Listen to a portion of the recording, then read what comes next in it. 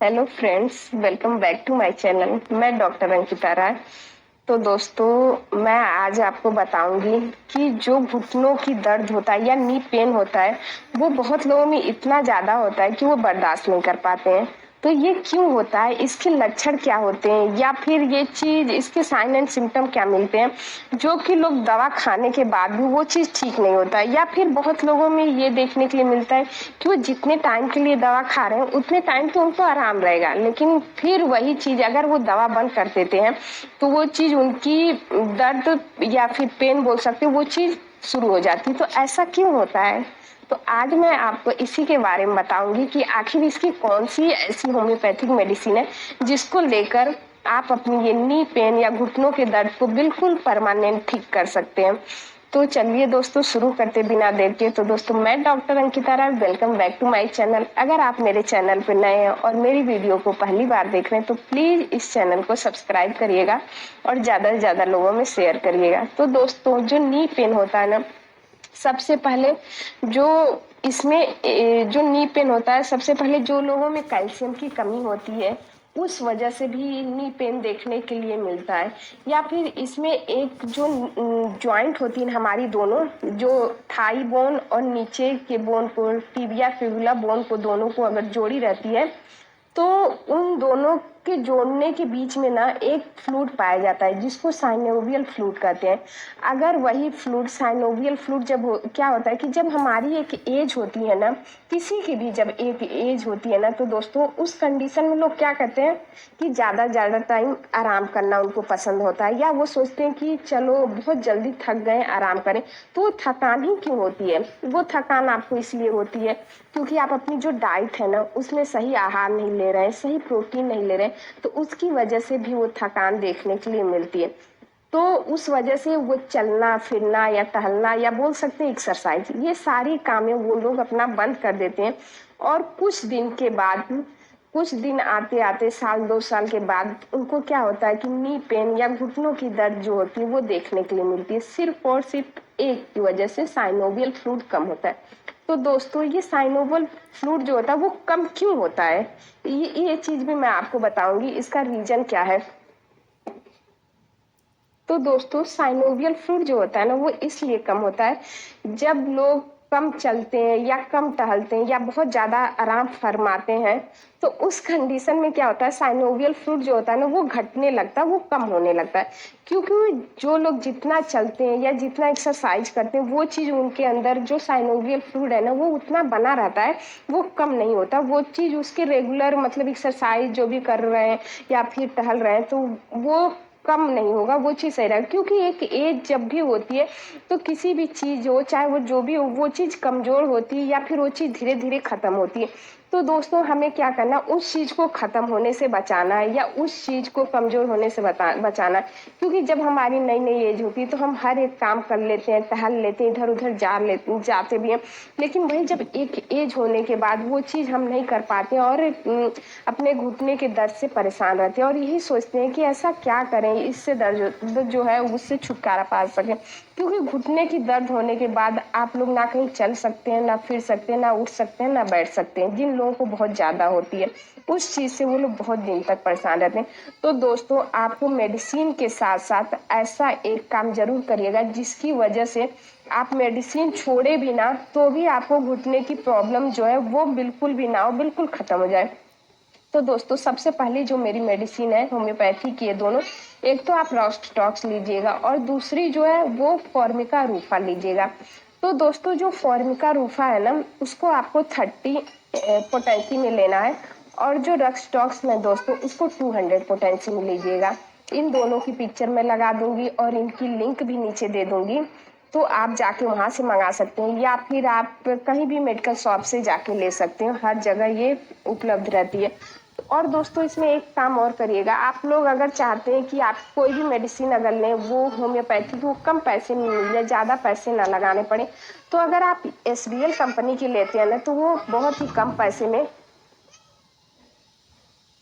तो दोस्तों, SBL company की लेने से ये फायदा होता है कि थोड़े कम प्राइस में, और अच्छी भी दवा है, सही मिल जाती है, और उसको लेंगे तो आपका पैसे भी बचेगा, आपकी जो डिजीज है वो भी सही होगी। क्योंकि होम्योपैथी की जो मेडिसिन आती है वो इतनी महंगी नहीं आती है, ठीक ठीक आ जाती है। तो दोस्तों जो आपको लेना है रक्सटॉक्स 200 में, इसको क्या करना है, आपको 2 टाइम सिर्फ और सिर्फ लेना, सुबह और शाम डायरेक्ट टंग पे 2 बूंद लीजिएगा। और कोशिश यही करिएगा कि जो मेडिसिन है ना वो खाली पेट लीजिएगा। जैसे कि आप ब्रश कर लिए, उसके बाद आपका खाली पेट है और हल्का सा 2 बूंद चुआ लिए, ठीक। और उसके आधा 1 घंटा बाद आप पानी पी रहे हैं, चाहे खाना खा रहे हैं, जो भी कर रहे हैं आप करिए।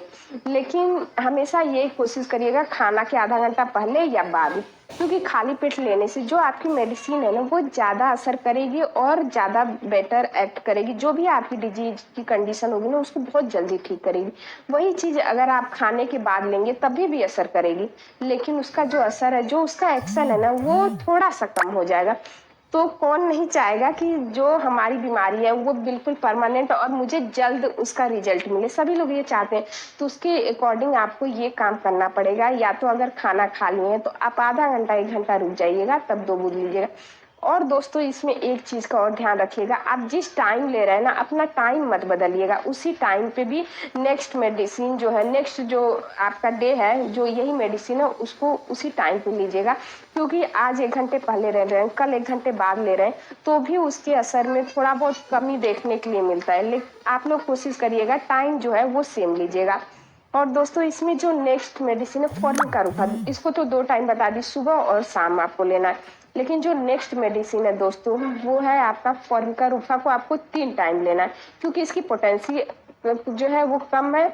और इसको 3 टाइम अगर लेंगे, सुबह दोपहर शाम, 2 बूंद डायरेक्ट टंग पे आप लीजिएगा। प्रोसेस वही रहेगा, खाना खाने के आधा घंटा पहले या बाद जब भी आप करिएगा, और टाइमिंग सेम रखिएगा। तो उससे आपको तो दोस्तों जो फॉर्मिका रूफा है उसको भी लेने की पॉलिसी बना दी, दोनों की लिंक दे दूंगी, आप उसमें से जाके देख लीजिएगा। और आप अगर इस मेडिसिन को लेते हैं, मुश्किल से 1 हफ्ते के अंदर आपका जो दर्द है ना उसमें बहुत हद तक कमी देखने के लिए मिलेगी, और आपके दर्द में बहुत ज्यादा अंतर देखने के लिए मिलेगा। लेकिन दोस्तों मेडिसिन के साथ साथ आपको एक काम जरूर करना है, वो है टहलना। आप अपने रेगुलर एक्सरसाइज में या रेगुलर दिन में एक्सरसाइज अगर कर रहे हैं या नहीं कर रहे हैं उससे मतलब नहीं, लेकिन एक चीज का जरूर आप लोग ध्यान रखिएगा कि आपको डेली टहलना है। अगर मान लीजिए आप पहले दिन शुरुआत करेंगे तो क्या पता आप ज्यादा न टहल पाए, क्योंकि आपके घुटने में पेन होगा। लेकिन अगर आप 10 कदम भी टहलते हैं, 10 कदम या 20 कदम भी चलते हैं पहले दिन, तो भी आपके लिए बहुत रहेगा। जहां आप 1 कदम या 2 कदम भी नहीं चलना चाह रहे थे या नहीं चलना चाहते थे, वहां 10 कदम 20 कदम चल रहे पहले दिन, तो भी वो सही। लेकिन इस चीज को, जो टहलने की जो प्रोसेस है ना, इसको आप लोग कम मत करिएगा, बढ़ाइएगा। अगर आज आप 10 कदम 20 कदम चल रहे हैं तो कल 30 चलिएगा, परसों 40 चलिए, ज्यादा टाइम आप टहलिएगा। अगर आप 10 से 15 मिनट डेली चलते हैं या आधा घंटा, तो आपकी जो ये घुटने की परेशानी है ना या पेन है ना, वो बिल्कुल भी कभी भी आपको देखने के लिए नहीं मिलेगा। अगर आप 60-70 साल के भी हो जाते हैं ना, तो भी आपके घुटने की जो परेशानी है ना वो बहुत हद तक कम मिलेगी, या अगर मिलेगी भी नहीं तो बहुत ही कम मिलेगी। क्योंकि ये जो होती है सिर्फ और सिर्फ एक की वजह से होती है, साइनोवियल फ्लूइड कम होता है, तो हमारी जो हड्डियां इन दोनों थाई की और नीचे की वो रगड़ खाती है, तो उसकी वजह से हमारे घुटनों में पेन मिलता है। तो हमें साइनोवियल फ्लूइड को कम करना ही नहीं है, हम उसको बना के रखें।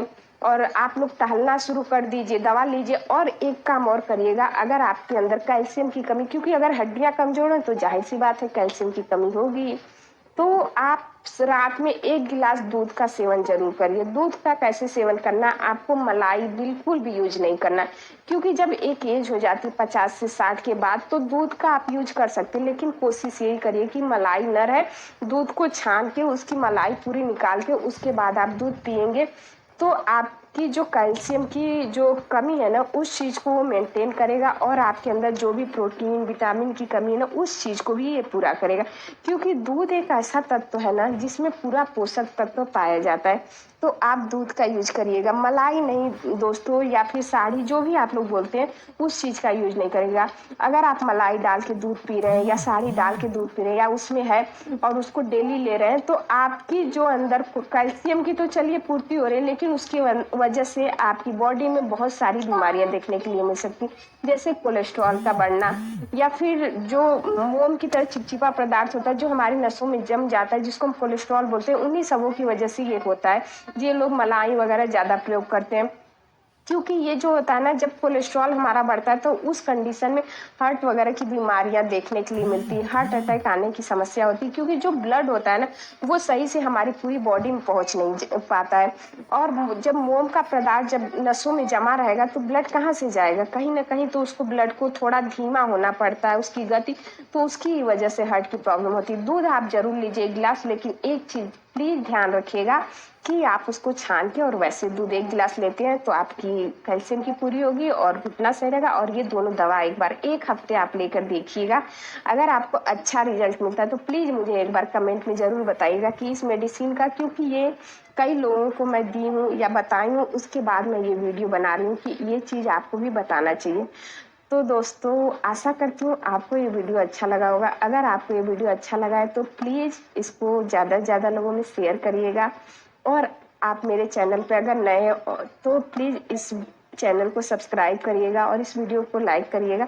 तो दोस्तों आज के लिए बस इतना ही, मिलती हूँ आपसे नेक्स्ट वीडियो में, तब तक के लिए थैंक यू सो मच।